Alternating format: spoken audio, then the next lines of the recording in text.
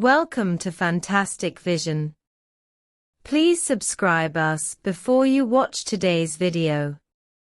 As we all know, since the outbreak of the Russian-Ukrainian conflict, the United States and Western countries have launched comprehensive sanctions and suppression against Russia, restricting the export of various commodities to Russia. Among them, the G7 countries have planned a series of restrictions and sanctions.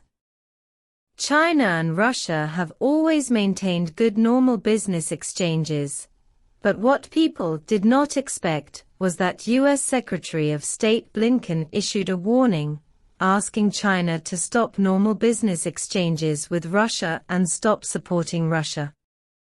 Nowadays, the Russian market is full of various Chinese-made goods, ranging from heavy trucks, gas turbines and other vehicles, industrial equipment, to various beverages and snacks in supermarkets. Now that many Russian markets have been fully launched by American and Western companies, the market share of Chinese companies has continued to increase. There is no doubt that the cooperation between China and Russia is completely normal. After all, the United States and the West do not want to sell things to Russia, and they cannot stop China from selling to Russia. What's more, China's exports to Russia are mainly daily necessities, and there are also a small number of industrial equipment and other products. But what people did not expect is that in recent times, the United States and Western countries have accused China of supporting Russia's actions, and it has even become a hot word recently. Judging from the current situation, the United States has made many statements on this matter at the G7 summit, but this is just the beginning. The United States is likely to impose sanctions on Chinese companies and individual entities in the future.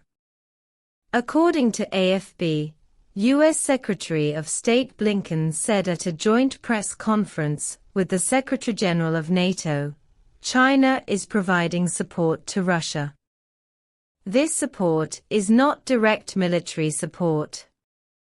Russia is providing support to Russia's defense industry, which provides conditions for Russia to produce weapons and equipment for the Russian-Ukrainian conflict. Blinken also asked China to stop supporting Russia. In fact, to put it simply, Blinken wants China to sanction Russia like the United States and Western countries, and restrict various products from entering the Russian market. Not only has the United States made many statements on this matter, but EU countries also believe that China cannot conduct normal trade with EU countries while providing support to Russia, which has threatened the security of the EU. In fact, similar arguments have already appeared. The trade between China and Russia is completely normal. The United States and the West have asked China to stop trading with Russia, which is completely interfering with China's decision-making. China naturally cannot do as required. China's relevant diplomatic spokespersons have also responded to this matter. On June 18, a U.S. official said, "If China does not stop supporting Russia, then the United States will take further measures to sanction more Chinese companies and individuals." In fact, many people in the industry believe that this is just a reason for the United States to target Chinese companies. From the current situation, the United States' behavior is essentially likely to have three purposes. The first is to divert contradictions and shirk responsibility. The international community has long thought about the reasons for the outbreak of the Russian-Ukrainian conflict and has a recognized answer. There is no doubt that the United States and the West have played a very important role behind the outbreak of the Russian-Ukrainian conflict, and it can even be said that they have been fanning the flames. It is precisely because of the United States and the West's behavior of fanning the flames that the current incident has continued to escalate. Secondly, from the current situation, as the cooperation between China and Russia becomes closer, the United States and the West are also beginning to get anxious. Therefore, Blinken, or the United States and the West's argument this time, asking China to give up its support for Russia, is largely to provoke the good relationship between China and Russia. Finally, the United States and the West also want to take this opportunity to sanction Chinese companies. After all, the demand in the Russian market is still huge.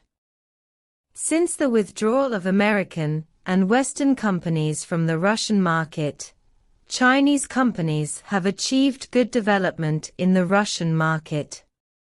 The United States and the West also want to use this opportunity to sanction Chinese companies and suppress China's development.